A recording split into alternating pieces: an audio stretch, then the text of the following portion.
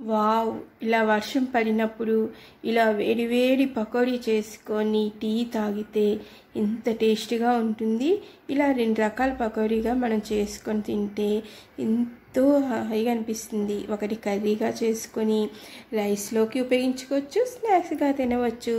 నేనైతే 2 రకాలుగా చేశాను. అది ఎలాగో చెప్పేస్తాను రండి. ఇలా ఈలీగా ఒక ఉల్లిపాయ కోసుకున్నాను.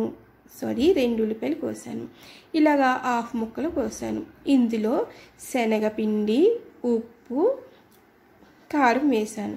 దీంతో పాటు అటుకులు కూడా వేసాను. అటుకులు ఏంటంటే 1 నిమిషం నానబెట్టి ఆ నానబెట్టింది పిండేసి ఇలా వీటిలో కలిపేసాను. ఇలా కానీ చేసుకుంటే చాలా టేస్టీగా మెత్తగా వస్తుంది. కొద్దిగా అటుకులు కూడా వేసి ఒకసారి మీరు కూడా ట్రై చేయండి.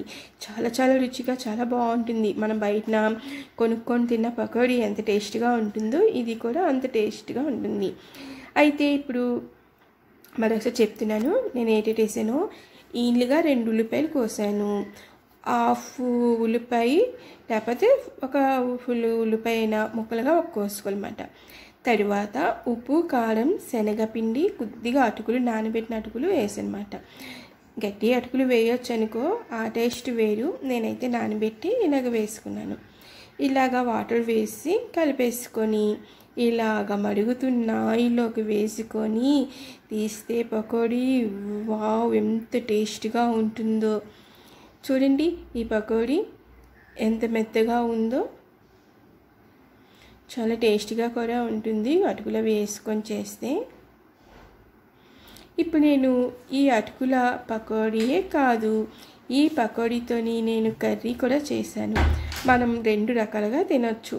దీని టేస్ట్ దీనిది, కర్రీతో ఉన్న టేస్ట్ దానిది. ఇప్పుడు నేను కర్రీ అయితే ఎలా చేశానో చెప్తాను. ఇంకా మామూలే ఉల్లిపాయ ఆయిల్లో వేసుకొని అలా వేగనివ్వాలి. అలా వేగిపోయాక మిరపకాయ, టమాటా ముక్కలు వేసాను. 2 టమాటాలు వేసాను టేస్ట్ బాగుంటుందని. ఇలా వేసుకునేక అందులోనే ఉప్పు, కారం, పసుపు వేయాలి. వేసి ఇది కొంచెం ఇలా వేగనిద్దాం. టమాటాలు మెత్తగా ఇది అయిపోయి అనుకో వేసుకోవచ్చు. పిక్కలు చాలామందికి ఇష్టం ఉండదు కదా, కొద్దిగా లైట్గా పిక్కలు అయితే నేను తీసేసాను.